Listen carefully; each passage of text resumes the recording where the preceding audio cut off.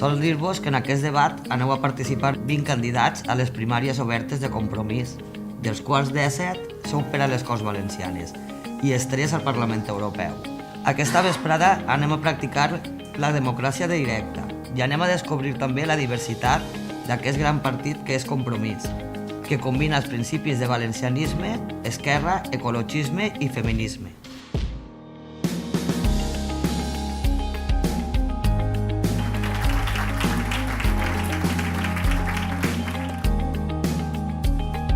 Ja fa més de 10 anys que crearem Compromís, una cooperativa política, s'ha dit, no per a dividir-nos, no per a enfrontar-nos, sinó per a sumar i vertebrar, totes i tots protagonistes d'un canvi polític a este país.